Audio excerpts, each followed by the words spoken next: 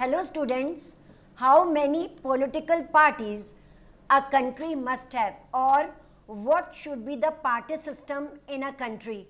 A major topic we were discussing, and I told you about the single party system, which is, although not a democratic option, if people really want a different choice, they do not have any other choice except single party.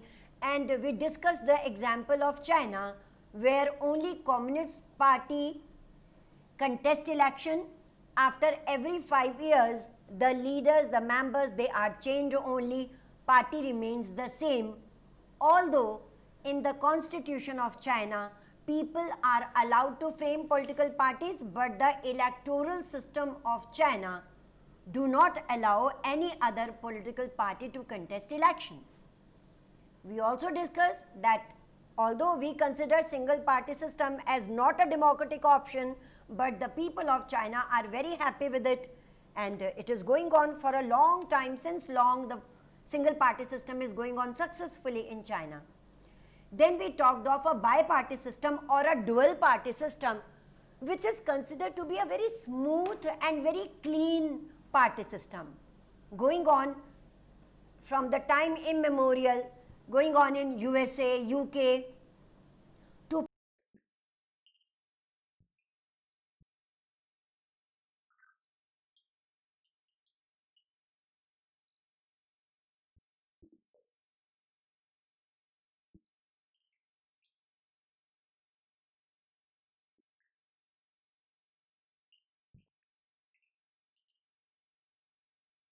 no doubt. But for a country like India, where there are so many diversities, two-party system is not suitable. Even three, even four parties system is not suitable for a country like India. Then we were at the last topic, that was the multi-party system that exists in India. In a multi-party system, there are a number of political parties. They have been recognized by the election commission, and there are, if there it's a federal system, there are national parties, there are regional parties, different parties are there. And when the elections are close, most of the political parties which are recognized parties, they contest election, they put up their candidates, and sometimes no single party wins the required seats which are required at the center to form the independent government, or in the state to form the independent government. Sometimes there are chances that more than one party gets larger number of votes. So this is multi-party system. We will talk about it, multi-party system, just now, and let me tell you the system, and then we will finish this topic, and we will dwell upon that how in a multi-party system the system works. So multi-party system, many politicians and many historians, they feel that multi-party system is very messy, it is very complicated. Sometimes voters go to vote and they are surprised that so many new political parties have come up. So it is very complicated, and sometimes when no single party wins majority, then there is another system that we will discuss just now. So but multi-party system is going on very well in India. Although people criticize multi-party system, they consider it not a good system. But in a country like India, we are very happy with the multi-party system, because there are geographical diversities, there are cultural diversities, there are all types of diversities in India. So these diversities cannot be accommodated in 1, 2, 3 or even 4 or 5 political parties. So we are happy with the multi-party system, and it is going on very well in our country. So our question was that how many parties a country should have. Now can we answer this question? No. That is why I told you that the best answer to this question is that it is not a very good question. Actually, party system of a country is conditioned according to the circumstances, according to the situation, according to the political history, according to the past, according to the cultural diversities, according to the culture existing in that country. So many factors are responsible that how many political parties will be there in a country. For example, when India became independent, there were few political parties. Today, there are more than 750 political parties in our country. So, parties are conditioned according to the circumstances and situation of a country. And actually, no country can decide party system for itself, because parties evolve. Sometimes there is a drift. They evolve, they are formed, then there is a split, like in India, for example, Congress have been split so many times. So there is a split, then other parties are formed, and there is a chain of political parties. There are so many political parties. So we can say that no party system is ideal for every country, in every condition, in every situation. It is conditioned according to their situations. Then, now, coalition, something about multi-party system further. I told you that in a multi-party system, there are chances of more than one party to achieve a good amount of votes, and they have chance to come to the power.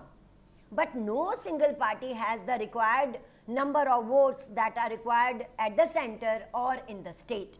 They do not have that particular number of votes. So what happens? They come together to form an alliance, or rightly called a coalition.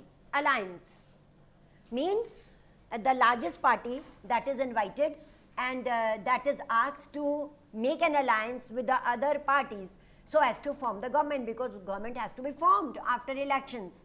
So there is a coalition. In 2004 elections, India had 3 such coalition. You can see page number 75, 76, 77, these pages in NCERT. In 2004 election, there were such 3 coalitions in India: NDA, National Democratic Alliance, UPA, and United Progressive Alliance, and Left Front. UPA, NDA, and Left Front. These were the 3 coalitions that existed at that time, and even today they are existing. So there is a coalition. Coalition means many parties come together to form the government. There is a program that is decided collectively. That is that how they will share the ministries, how they will share the power. This is also we have read in in the chapter of power sharing also, that how parties come together directly or indirectly. Directly they come together to form an alliance, and indirectly when they come to know that after election no party can form the government independently because they haven't achieved the required number of votes, then they come together and make an alliance, or this is called the coalition government. In India, the coalition era is going on. Not only at the center there is coalition government, but even in many states coalition government is going on. Because why coalition governments? It's an era of coalition government because there are so many political parties, and the votes of the people that should reach to a certain number of political parties. Now they get split. They get divided among so many, and no party gets the required number of votes. So obviously it is an era of coalition governments, not even at the center but even in the states also. So this is the solution that we have brought in a multi-party system where no single party can achieve on its own. So this was about how many political parties a country should have. In between you have a short answer, like I told you about the coalition government. Give example of the 3 coalitions in India. You have distinguish between bi-party, multi-party, distinguish between a single party and multi-party. So all such type of questions very frequently asked in boards. So prepare it accordingly. Then we quickly switch over to the next topic for today, and that is the political parties that exist in India. What are its different types? Different types of political parties. In a federal system, 2 sets of parties are there. In any federal country, like USA, in any federal country, like India is a very big federal country. So in federal countries, there are certain types of political parties. There are certain national political parties and there are regional political parties, because you know that in a federal system, we have read in chapter 2 about the federal system in India, that at the center and in the states, different governments are formed, and they work together, and in a federation, in a federal system, center, like in India, center tends to be more powerful. In other federal system like America, like USA, all are equally powerful, coming together and holding together. India is a holding together federation. So in any federation, there are two sets of political parties. One, national level political parties, which will exist in one of the federal unit at the center, and the others are regional political parties which exist in the states. Two sets of political parties are there. However, national political parties, they are country-wide parties and they raise national issues. Although their branches are there in most of the states, but their policies and programs are the same, as it is decided at the central level. Whatever programs and policies are decided at the central level, wherever the branches of the national political parties are there, they follow the same policies and program, obviously, because they share the same political ideas. National political parties. Today there are 7 national political parties in India that exist. We will read about it, we will study about it. There is Trinamool Congress, there is Congress Party, Indian National Congress Party, which was formed in 1885, and then now it is a political party which was previously formed for the National Movement of India. Now it is Congress. Then we have BJP, Bharatiya Janata Party. Then we have BSP, Bahujan Samaj Party. Then we have two parts of Communist Party, CPI and CPIM. Communist Party of India formed in 1925. Then in 1964 it was split, and CPIM, Marxist Communist Party of India, Marxist, CPIM, it was formed in 1964 and formally made in 1925. And then finally it is NCP, National Congress Party, that was formed in 1999 on the issue of the naturally born citizens of India. So there are 7 national political parties today, and there are so many regional political parties in India. You can see in NCERT there are a number of regional political parties in the country. So national political parties are country-wide parties, and they raise national issues. They raise those issues which affect the whole country. However, the regional political parties are formed in a region. They are also known as state parties or regional political parties. They are formed in a region. For example, Assam Gan Parishad. For example, DMK, AIADMK. For example, in Uttar Pradesh, it is Samajwadi Party, and so on, and Akali Dal in Punjab. So many regional political parties are there in our country. Regional political parties, however, what are these? They raise regional issues. They raise those issues which affect the particular state or the particular region. However, since the coalition governments have been formed, about which I told you just now, since the coalition governments have been formed in India, some of the regional parties have gained the status of centrist party, because for the coalition, even the regional parties, they get a chance to enter into the coalition and have the status. For example, just now I told you Samajwadi Party. It is a regional party, but most of the people, they know about it. Why? Because it had been in the coalition always, and one or the other national level party, they had been with the coalition. Similarly, the Rashtriya Janata Dal, it is a regional party of Bihar, but all the people know about this party because this party had been in coalition. So because of the coalition era, regional parties which were earlier, their role was regional, earlier they tend to be effective in their particular region. Now some of the regional parties, because they have got a chance either to have a coalition with the centrist parties or to have coalition in a particular state, so they have become nationwide parties, nationwide popular parties. Correct. So these parties are recognized by the Election Commission.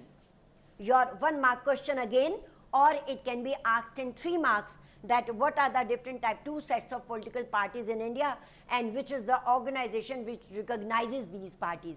So there is an organization called Election Commission. Election Commission recognizes the party. Every political party, when it is formed, it has to be registered with the Election Commission. Earlier there was only one Election Commission in India, that was at the center, but after 1991, when it was observed that in the states and in the particularly in the municipalities and panchayats, elections are not conducted regularly because it was not possible for a single election commission at the center to look after the local bodies also. So after the Act of 1991, amendment of 1991 was made, an election commission, this body have been set up in every state, and that made our third tier, the third level of the government, that is local governments, very strong, very effective. So election commission recognizes the political parties whether they are national or regional political parties. Every political party has to register itself with the election commission. However, election commission treats every political party as equal. However, it gives special status or special privileges to the national political parties or some nationwide political parties, and it also gives them a symbol, and that symbol, party symbol, can be used by the officials of that particular party. So even the symbol that is given to the they cannot adopt symbol on their own. Election commission provides them a particular symbol. So election commission is also playing a very important role in our party system. Election commission recognizes a party whether it is a national party or it is a regional party on the basis of the votes that a party secures in the election. So there is a criteria set up by the election commission, a method, a criteria that which party will be declared as a national political party and which party will be recognized as a state party or regional political party.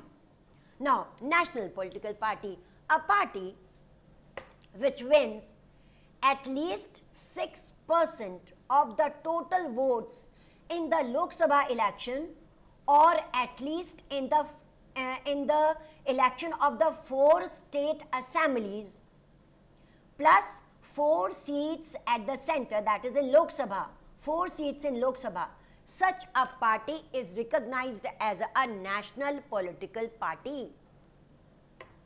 So this is the, which I told you, 6% and 4 seats minimum.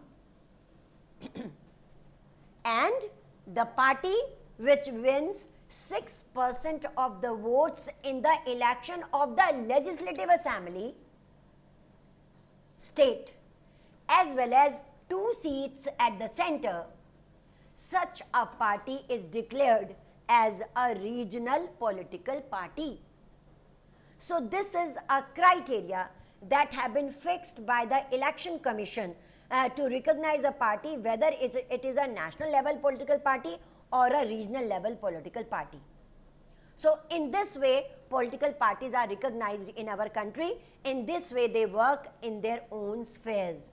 I told you that these parties, on the basis of these parties, our democratic setup, our democratic rule works, and they play a very important role in all the political activities of the country. I told you that they also create social divisions in a country, and they are performing their work very well as far as the framing of the government is formed, as far as the smooth functioning of the democratic setup is concerned, and the other things that I told you in my previous lectures, that they also perform the work, the function of opposition, they also form public opinion, they also provide a link to the common people with the government machinery, and they also propagate the welfare schemes that are issued by the government time to time for the welfare of the public. So like this, the parties, they work in our country. Tomorrow, we will dwell upon some other interesting topics on political parties. First of all, we will discuss about national political parties, that when they were set up and what are their policies and programs. You will see that most of the political parties, they have some common programs, some common policies, only a bit differences there, like in communist CPI, in CPIM, there is a bit difference. Otherwise, most of the political parties, they have certain policies and programs, and certain policies and programs, they are similar. Then we will also discuss that how the functions of the political parties, they affect a country, and then political parties are necessary condition for a democracy, but they have lots of challenges. Political parties face a number of challenges, and if these challenges are overcome, then there is scope to reform the political parties. Till then, prepare your notes. We will meet again tomorrow with a new energy and enthusiasm. It's a goodbye from me.